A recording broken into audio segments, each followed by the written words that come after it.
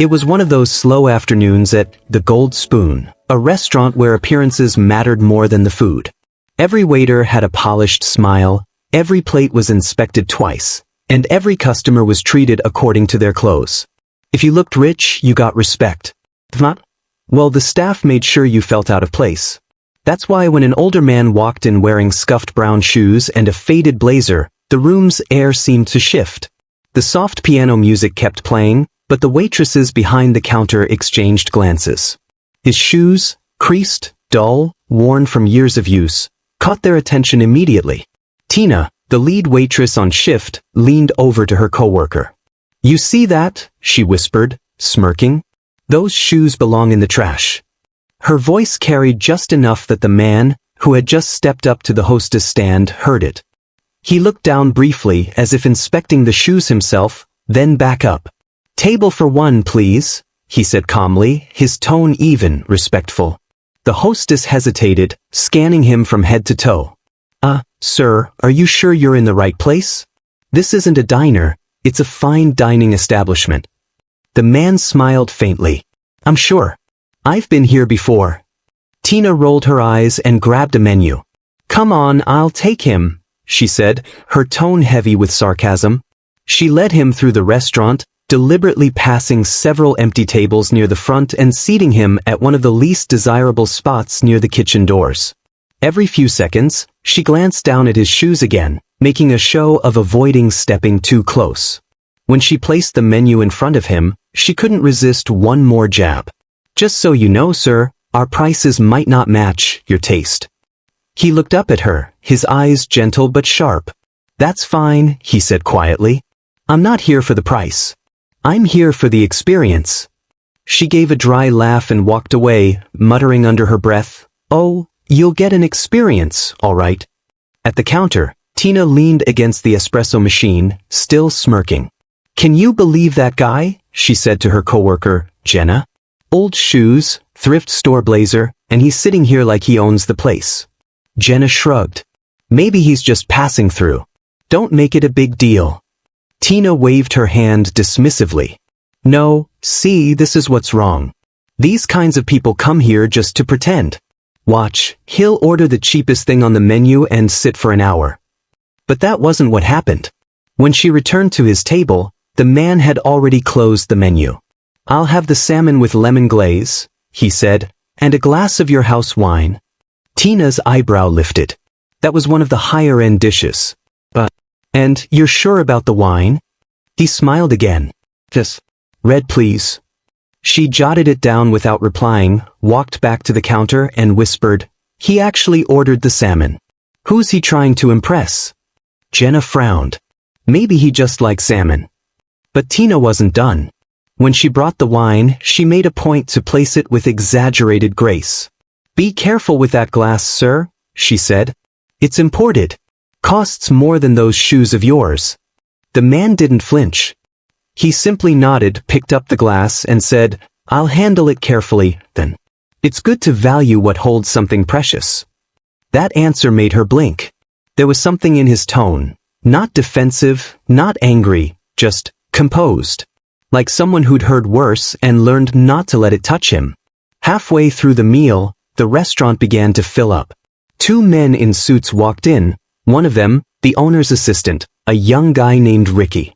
He was loud, always eager to impress, always the first to judge. When he saw Tina's cheap shoes, customers sitting near the kitchen, he grinned.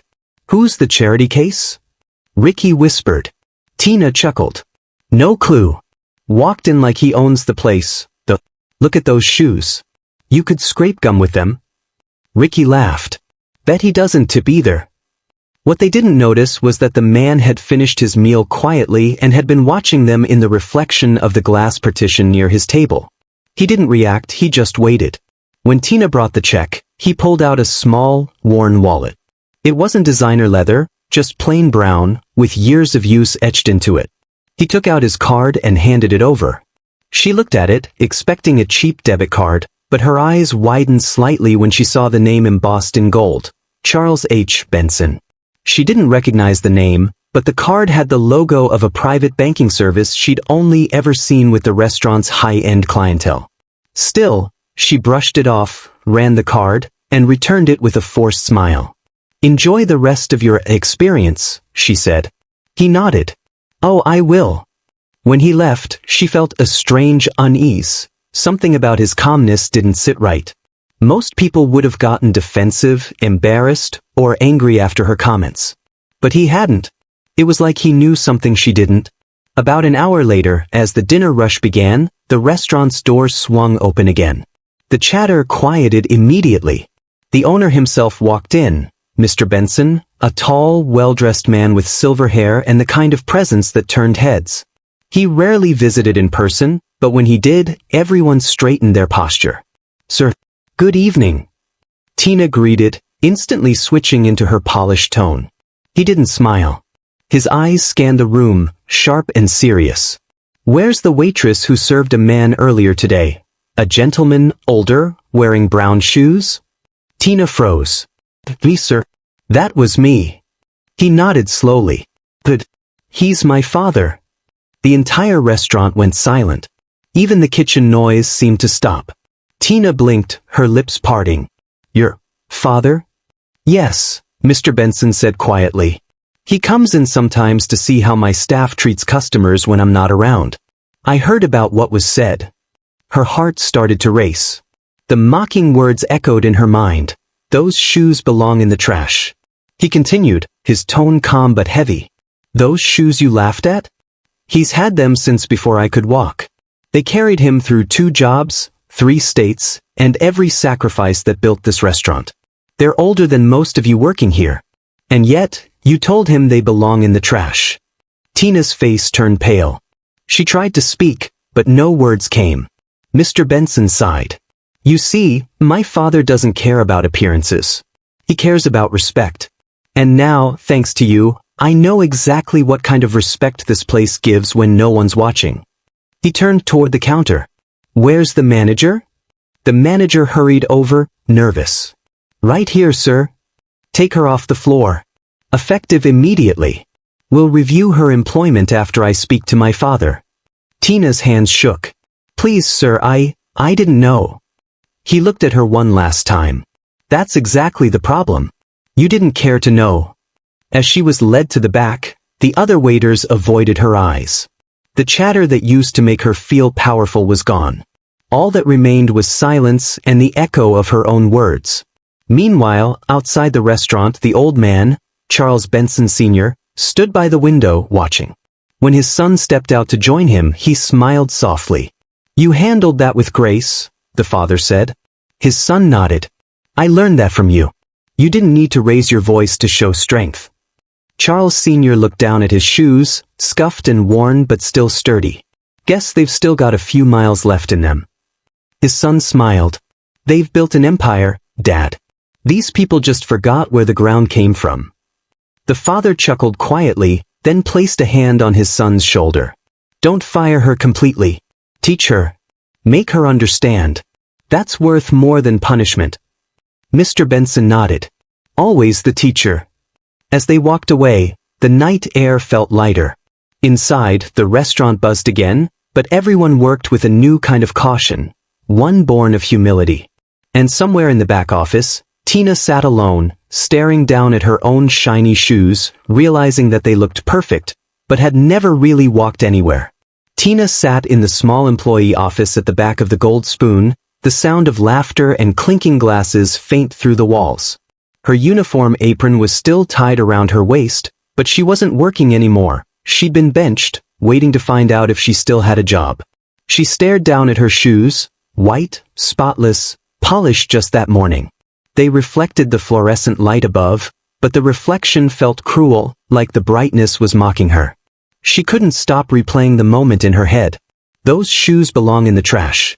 The words had slipped out so easily, like she'd said them 1,000 times before. But hearing them echo in her mind now made her chest tighten.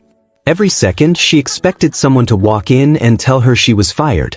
After nearly an hour, the door creaked open. Jenna stepped in, holding a tray of half-empty glasses. She closed the door gently and leaned against it. "Hey," Jenna said softly. "You okay?" Tina let out a hollow laugh. "Do I look okay?" No, Jenna admitted. You look like someone who just watched her whole career go down the drain. Tina rubbed her eyes. I didn't mean to insult him, Jenna. I don't know. He looked like he didn't belong here. You know how this place is, everyone's always judging who's worth their time. Jenna sighed. Yeah, but that doesn't mean you have to join them. Tina didn't reply. She just kept staring at her shoes. Later that night, when most of the customers had left, the manager called her into the office. Mr. Lewis was a tall, quiet man, usually patient. But now, his eyes were tired. Sit down, Tina, he said. She sat. He folded his hands. You've been with us for what, 3 years? Almost 4. You've had complaints before, he said gently. Not about your service, but about your attitude. Comments to customers, tone with coworkers. I've ignored them because you get the job done. But today, he paused. Today you didn't just insult a customer. You insulted the owner's father. I didn't know, she said quickly, her voice trembling. He shook his head. You shouldn't need to know who someone is to treat them with respect. Her throat tightened. Mr. Benson wants to speak to you, the manager added. Tomorrow morning. Be here at 9. Tina's eyes widened. He's giving me a chance to talk? Mr. Lewis nodded slowly. Looks like it. Don't waste it.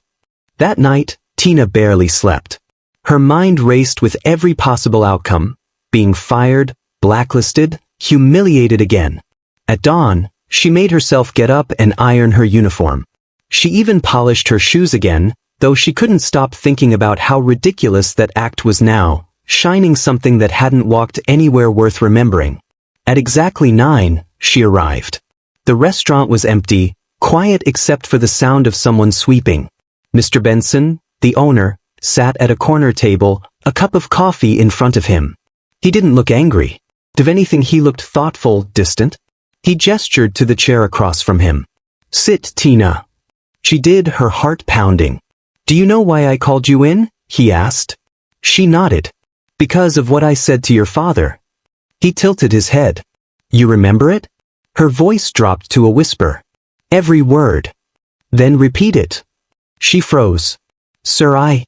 Repeat it, he said again, not harshly but firmly. Her chest felt heavy. I said, those shoes belong in the trash. He didn't flinch. He just nodded. And tell me, what made you say that? Tina's eyes welled up. I don't know. I judged him. I looked at what he was wearing and I thought, he didn't belong here. Mr. Benson leaned back. Why? Because this place, she said softly, treats people based on what they wear, what they look like. I learned that from day one. You treat the rich like royalty and everyone else like they're wasting your time. So you followed the system, he said. She nodded, ashamed. He looked at her for a long moment, then reached down and set something on the table. It was a pair of old brown shoes. The same ones his father had worn. Tina's breath caught. My father asked me to give you these, he said quietly. Not as punishment, but as a reminder. She blinked. A reminder of what? He folded his hands. Those shoes built this restaurant. My father worked in construction for 30 years. Saved every penny to help me open this place. When we started, he used to sweep these floors himself, wearing these shoes.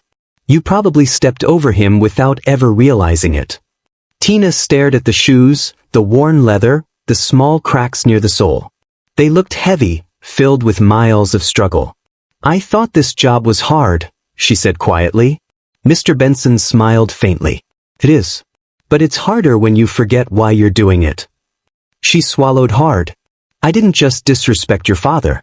I disrespected the kind of people who actually make this place work. He nodded slowly. That's what he wanted you to understand. He didn't want me to fire you. He said you were just lost. Tina looked up. He said that? Yes, Mr. Benson said. He believes everyone deserves a chance to find their way back. Her throat tightened. I don't know how to fix this. Start by walking in his shoes, he said, pushing them gently toward her. She hesitated. You mean, actually wear them? He smiled. Tomorrow morning. Be here at 7 a.m. Not as a waitress.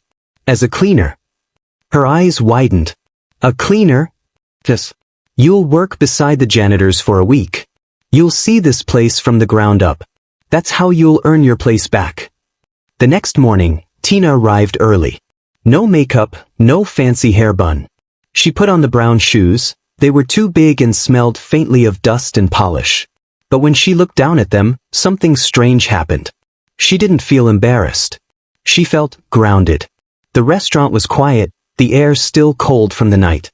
One of the janitors, a middle-aged man named Carl, handed her a mop and said, "Welcome to the real shift." She smiled weakly. "Guess so." They worked in silence for a while. The shoes squeaked against the tile, and every time she bent down to scrub something, she thought about how many times Mr. Benson's father must have done the same. At one point, Carl looked at her and said, "You used to wait tables here, right?" "Yeah." "So what happened?" She hesitated, then answered honestly. "I opened my mouth when I shouldn't have." Carl chuckled softly. "Most lessons start that way." By the end of the day, Tina's back hurt, her arms ached, and her once perfect uniform was streaked with water stains. But for the first time, she felt something she hadn't in years: humility. When she clocked out, she saw Mr. Benson standing near the doorway, watching quietly. "How was your first day?" he asked. She smiled faintly. "Harder than waiting tables." He nodded. "Good. You'll do it again tomorrow." Each day after that, something changed in her. She stopped rushing past the janitors. She started greeting the cooks by name. She even helped a new busboy lift a crate without being asked. By the fourth day, the other waitresses started noticing. Jenna whispered to one of them, "Tina's different." "She's cleaning floors," the girl replied. "No," Jenna said, "she's learning." That Friday, Mr. Benson's father, Charles Sr., came back. The moment he walked in, Tina froze. The last time she'd seen him, she'd humiliated him. But he smiled kindly. "Those shoes look better on you now," he said. She blinked. "I don't deserve to wear them, sir." He chuckled. "That's what makes you ready to." He sat down at one of the tables and Tina, hesitant but sincere, asked, "May I take your order?" He nodded. "I'd like the same thing as last time. But this time, sit with me while it's being made." She hesitated. "Sit with you?" Just talk." She sat. The conversation started awkwardly, but soon he was telling her stories. How he'd worked nights at a factory, how he used to patch the soles of those same shoes with glue and cardboard. "And you still kept them?" she asked. He smiled. "They remind me where I started. Everyone needs something like that." Tina looked down at them again. "I think I understand that now." When the food arrived, she made sure it was perfect. Not because he was the owner's father, but because she wanted to show respect. Before leaving, Charles Sr. placed a folded note on the table. She opened it after he left. It said simply, "You walked a mile in my shoes. Now walk the rest of your life in your own, with purpose." That night, as Tina left the restaurant, she noticed something strange. The streetlights reflected faintly off the worn brown leather of the shoes she still wore. They weren't shiny, they weren't pretty, but they felt real. And for the first time since she'd started working there, she realized that real value wasn't in what people saw, it was in what they didn't. She smiled softly and whispered to herself, "Maybe these shoes don't belong in the trash after all." The following week, the morning rush returned to the Gold Spoon. The sound of plates clinking, conversations blending, and the faint jazz hum returned the restaurant to its usual rhythm. But something subtle had shifted. The way staff greeted customers had changed. It was softer, warmer. And at the center of that change stood Tina, no longer behind the counter mocking anyone, but greeting people like they mattered. She'd finished her week as a cleaner and had been asked to return to the floor. But she wasn't the same person who once walked across the marble tiles judging others. The brown shoes sat on her feet still, scuffed, a little too big, but symbolic. Some of the other staff snickered quietly at first, but no one said anything out loud. Something about her calmness disarmed them. As she adjusted a vase on one of the tables, Jenna came up behind her. "Hey," she said softly. "You're different. I mean, it's weird not hearing you complain about customers." Tina chuckled quietly. "Maybe I just got tired of hearing my own voice." Jenna smiled. Whatever happened to you worked. The boss keeps watching you lately. Tina froze for a second. In a bad way? No, Jenna said quickly. In that, maybe she's actually learning something way. Tina exhaled. Good. Because for the first time, I'm not pretending. That afternoon, a corporate client booked a private event, 15 guests, all wealthy investors, business owners, and regulars at the restaurant. They came dressed in designer suits and sparkling watches, snapping fingers for attention like royalty. The staff tensed up, wanting to impress. Mr. Benson himself would be dining with them that evening. Tina volunteered to serve. She knew this was her chance, not to impress anyone, but to prove something to herself. When the event began, the atmosphere was thick with laughter and arrogance. One of the guests, a tall man in an expensive suit, pointed to Tina as she poured wine. "Hey, sweetheart," he said loudly, "be careful not to spill that on my shoes. They cost more than your whole outfit." A few people chuckled. The remark stung, not because it was cruel, but because she recognized herself in it. That was exactly the kind of line she used to throw at people like Mr. Benson's father. But she didn't react the way she once might have. She smiled softly, poured the wine, and said, "Then I'll make sure every drop is worth the value, sir." The man blinked, unsure whether to be offended or impressed. The other guests went quiet for a moment, then one of them said, "Smart answer." Mr. Benson, sitting at the far end of the table, watched quietly. He didn't intervene, didn't interrupt. But there was a flicker of pride in his eyes. An hour later, during dessert, the door opened, and in walked Charles Benson Sr. again. The old man's steps were slower, but his presence carried weight. The entire table turned to look. "Dad," the owner said, standing, "I didn't expect you tonight." Charles smiled. "I heard there was a fancy dinner. Thought I'd see what all the fuss was about." Mr. Benson laughed and pulled out a chair for him at the head of the table. "You're always welcome." As the servers cleared plates, one of the corporate guests leaned over and whispered, "Wait, that's your dad? The one with the shoes?" Mr. Benson nodded. "The same one." The man laughed lightly. "You're kidding. He's the reason this whole place exists." "Yes," Mr. Benson said firmly, his tone dropping. "Every brick here is because of him." Charles waved a hand. "Oh, stop making me sound like a legend. I just did what I had to do." The guest smiled politely but whispered under his breath, "Looks like he still wears the same shoes." Tina heard it. The comment hit her like a spark. She froze mid-step, holding a tray, staring at the man who just said the same kind of thing she once said. Charles caught her eye and smiled gently as if to say, "It's all right. Let it go." But Tina couldn't. She turned toward the table. "Excuse me, sir," she said, voice steady. "Those shoes built this place. They've seen more work, more sacrifice, and more dignity than any of us in this room." The man blinked, surprised. Mr. Benson looked at her in silence. The entire room had gone still. Tina continued, her tone quiet but unshakable. "I said something cruel to him once. The same kind of thing you just said. And I thought it didn't matter, because I thought success came from looking successful. But now I know those shoes belong anywhere they want to stand. Even in a place like this." The silence stretched, then one of the guests softly clapped. Then another. Soon the whole table joined in, some nodding in quiet respect. Charles smiled faintly, pride glimmering in his eyes. "Looks like someone found her stride." Tina smiled through tears. "You gave me that chance." He nodded. "I just lent you the shoes." Later that night, when the last guest had left, Mr. Benson called her over. "You didn't have to speak up like that," he said. "I know," she said. "But I needed to. For him. For me." He smiled. "My father saw himself in you today. You reminded him of why he started all this, to give people a place to grow." She looked down at the shoes again, still on her feet. "He gave me more than a job back. He gave me my humanity back." Mr. Benson nodded. "Then keep them." She froze. "Sir?" He pointed at the shoes. "He told me tonight they're yours now. Said he's walked far enough. Time for someone else to carry them forward." Tina's eyes widened, her throat tight. "But I can't." They're his history. Mr. Benson smiled. And now they're your reminder. Don't ever forget where you started. The next morning, she arrived early again, not because she had to, but because she wanted to. She walked through the restaurant slowly, running her hand along the chairs, the tables, the floor she once scrubbed. Everything looked different now. The gold decor wasn't about showing wealth anymore. It felt like a reflection of the people who'd built it, piece by piece.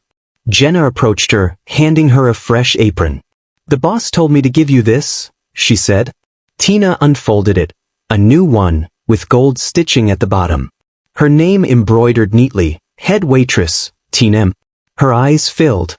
"You're kidding." "Nope," Jenna said with a grin. "Guess redemption comes with promotions."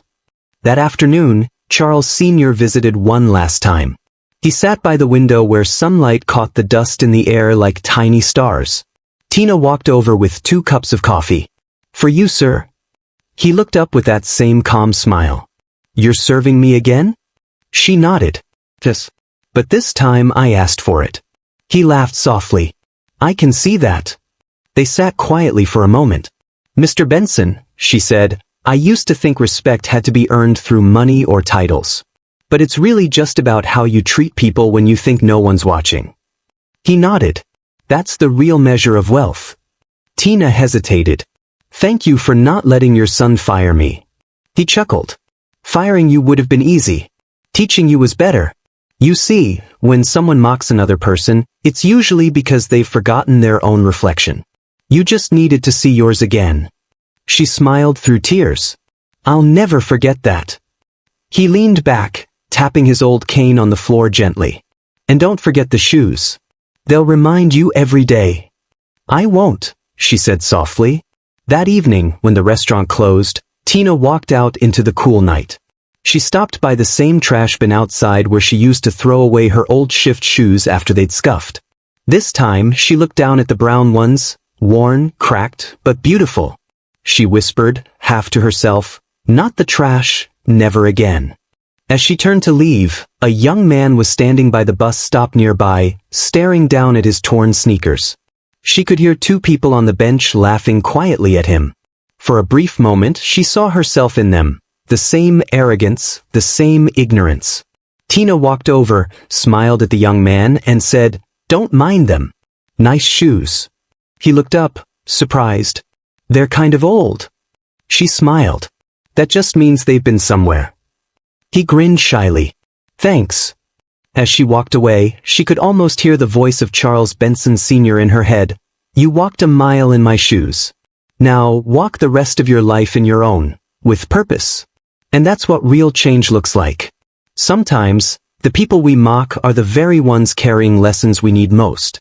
Tina learned that respect costs nothing, and yet, it's worth more than any pair of polished shoes. If this story moved you, drop a heart in the comments and tell us what your wake-up call moment was. And remember, subscribe to Residential Stories for more true lessons from everyday lives.